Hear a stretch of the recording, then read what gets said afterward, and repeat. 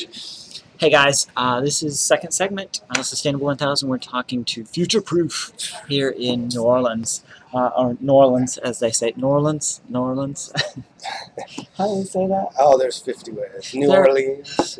Yeah, New no one Orleans. says it that way. No one says New Orleans. Yeah. From here, people say that. New Orleans. Okay. Yeah.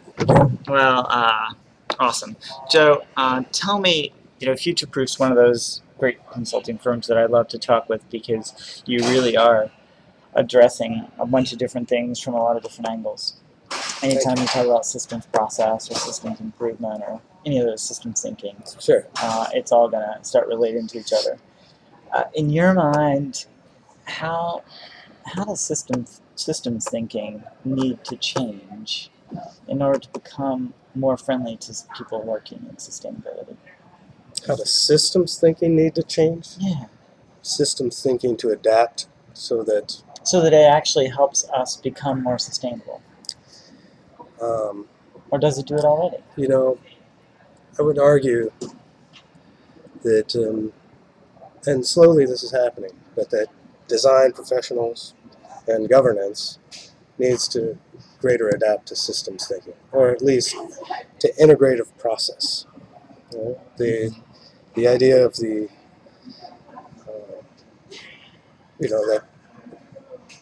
you would have a civil engineer running off by himself to design, a stormwater system by himself is crazy, and I hope that it never happens again. We've had a good 80 years of that type of system. Not to bash on civil engineers, it happens with everybody.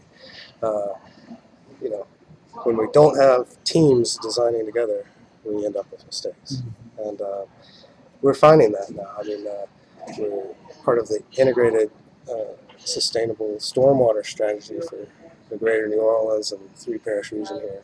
This is very exciting because, for the past 100 years, we've covered up our bayous, put them under streets. We're about to daylight those again and reestablish and reawaken and kind of imagine this connection with nature that New Orleans has kind of turned their back on for 100 years. And that team is pretty amazing. It's landscape architects and artists, and everybody working as an integrated whole. And that's how you're going to really actually make strides to improve how we live in the world. The age of the expert, I hope the isolated expert is coming to a close.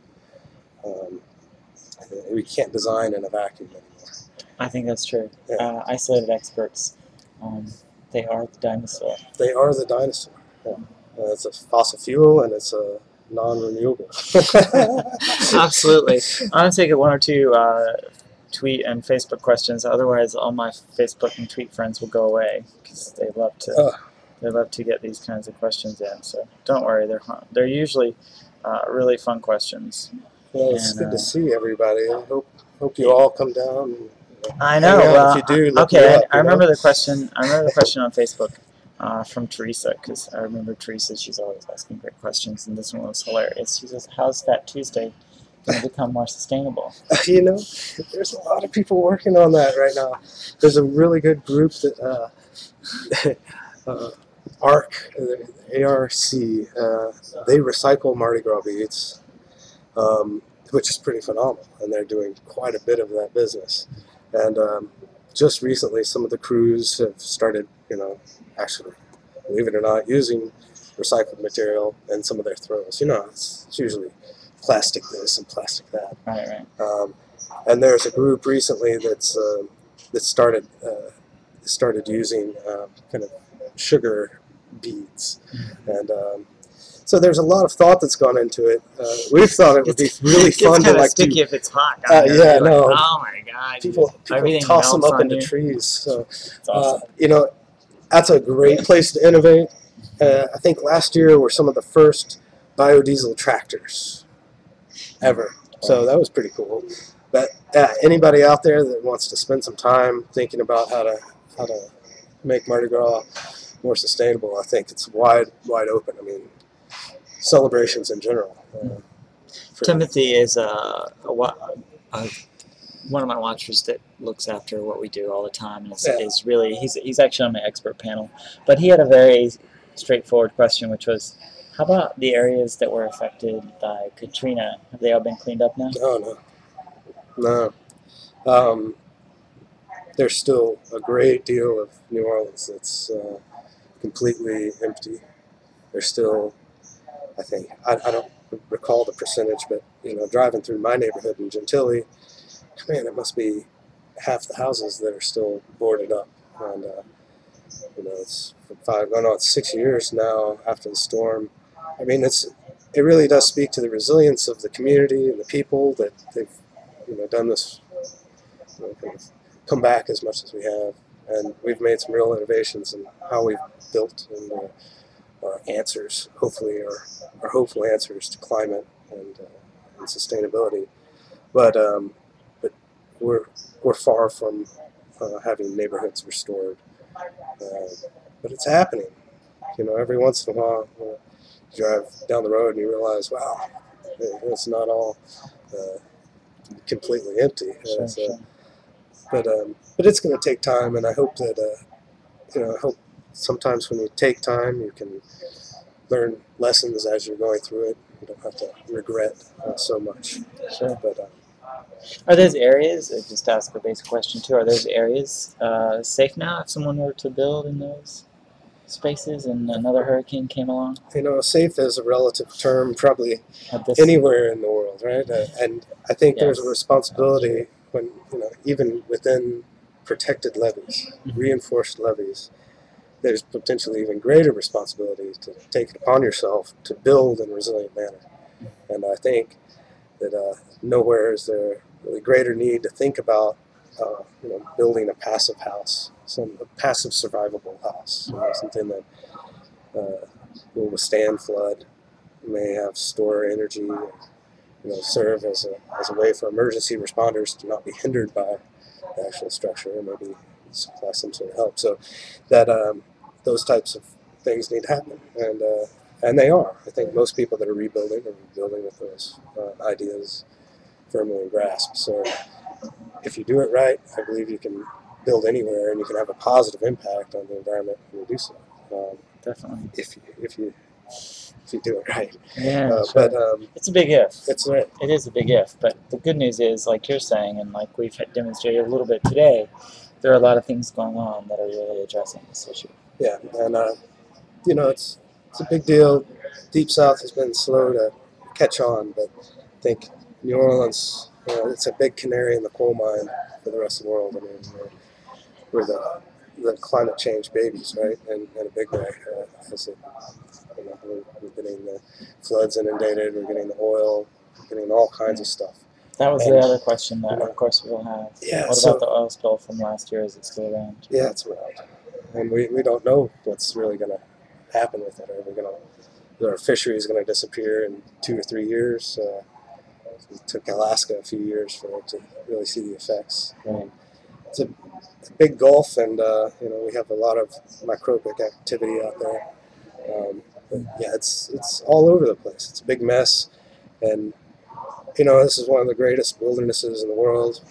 I swear, it's a beautiful, beautiful place. If you get a chance to go out on the wetlands, I did when I did my road trip, and I came from Texas over and across through Alabama and all that. Oh, cool! Yes, I actually drove all that area and came in through some of those places. Yeah, it's a remarkable, remarkable place, and the Louisianans pride themselves on being an energy coast, but I think that we all are looking forward to that, redefining what that energy coast means. And we're desperate to regenerate our habitats around us, and so I feel like the world's in a way still watching New Orleans, and I want them to.